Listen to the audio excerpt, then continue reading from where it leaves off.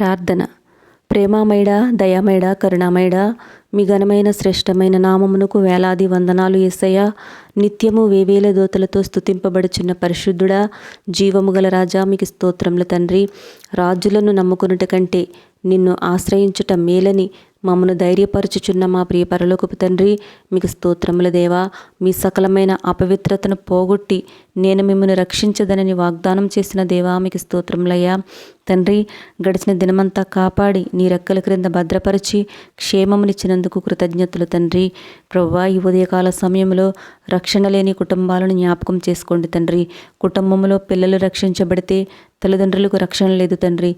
తల్లిదండ్రులు రక్షించబడితే పిల్లలకు మారు మనసు లేదయ్యా. వారందరితో మాట్లాడండి అయ్యా. మారు మనసు పుట్టించండి తండ్రి. భయముతో కూడిన ప్రవర్తన కలిగి జీవించడం నేర్పించండి అయ్యా.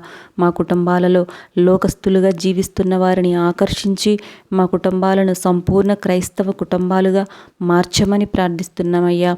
ఈ ఉదయకాల సమయంలో ప్రార్థనలో ఏకీభవిస్తున్న ప్రతి బిడ్డను పేరు పేరున జ్ఞాపకం చేసుకోండి అయ్యా. వారి ప్రార్థన ఆలకించి జవాబును అనుగ్రహించండి దేవా. తండ్రి, గర్భిణీలను జ్ఞాపకం చేసుకోండి అయ్యా. తల్లి బిడ్డ క్షేమముగా ఉండునట్లుగా వారు తీసుకుంటున్న ఆహారమును పానమును దీవించండి అయ్యా. తల్లి బిడ్డలకు మంచి ఆరోగ్యం దయచేయండి అయ్యా. గర్భమందు ఉన్న బిడ్డ యొక్క ప్రతి అవయవము చక్కగా ఏర్పరచండి తండ్రి. తగిన సమయానికి సుఖమైన ప్రసవము కలిగి తల్లి బిడ్డ క్షేమముగా ఉండునట్లుగా నీ కరుణను చూపండి అయ్యా. నెమ్మది లేని కాలంలో నోవాహు పుట్టడం వల్ల ప్రతి ఒక్కరికి నెమ్మది కలుగునట్లుగా జన్మించిన ఆ బిడ్డల ద్వారా ఆ కుటుంబాలకు నెమ్మదిని సంతోషమును కలిగి ఒకరికొకరు సమాధానముగా ఉండాలయ్యా.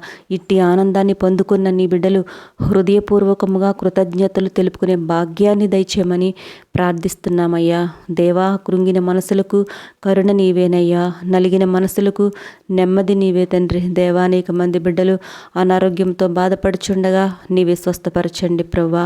తండ్రి, అలాగే నాయన వ్యాపారాల్లో అభివృద్ధి లేక శోధనలో పడి నష్టంలో ఉండి దిక్కుతోచని పరిస్థితిలో ఉన్న బిడ్డలకు జయ జీవితం అనుగ్రహించండి తండ్రి.